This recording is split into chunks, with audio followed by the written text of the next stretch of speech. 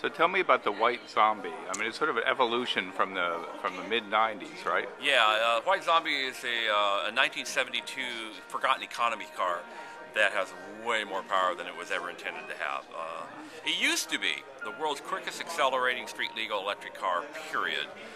We've just been beaten by a good friend of ours, Sean Lawless, has gone a little quicker now, but we've run 10.2 in the quarter mile. The car does 0 to 60 in 1.8 seconds. And it really hits it down. We hit 109 miles an hour in 6.4 seconds. Yeah, it's an electric car with an attitude.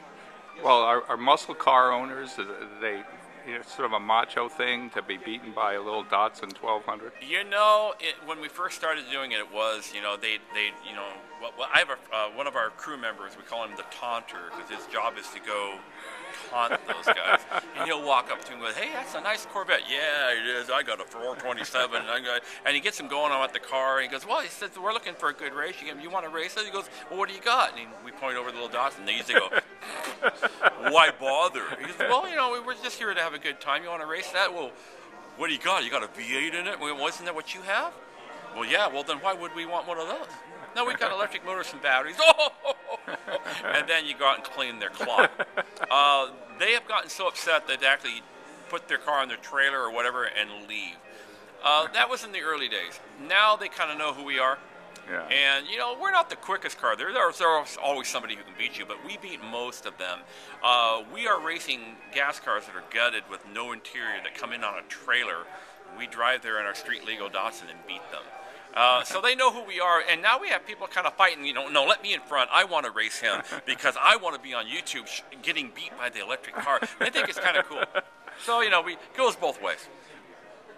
What would you say to Car Talk listeners who think that electric cars are slow? I'd ask them a question. Do you own any rubber underwear? Because if you have that, I'll let you ride in the car because you'll need it.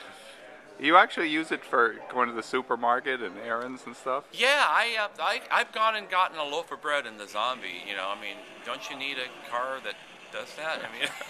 It's a real small car, but it has 538 electric horses, and more importantly, 1,250 foot-pounds of torque at zero. So with so much torque, it doesn't need a transmission. We just go direct drive.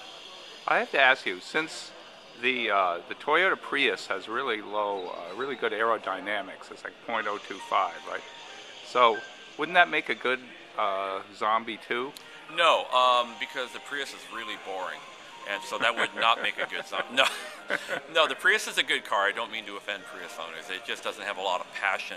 No, the aerodynamics in drag racing does not really play much of a role unless you're. Oh, really? Unless you're really, really quick and you're running in the low 9s, 8 second, where you're up at 140, 150 miles an hour.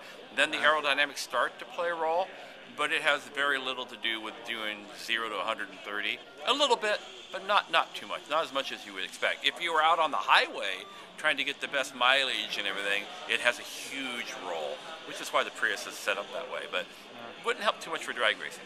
Maybe land speed record, it would be very good for. And finally, will we soon see electric vehicle race series?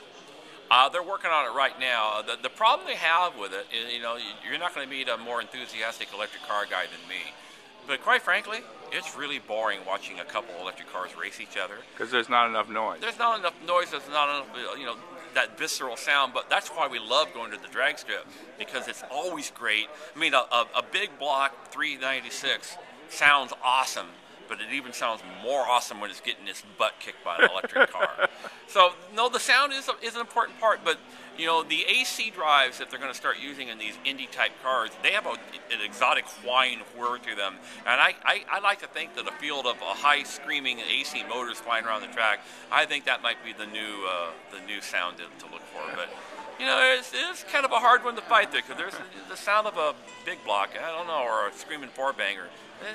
That's something we still like to cling to. That's right. Thank you, John Wayland. It's been a pleasure.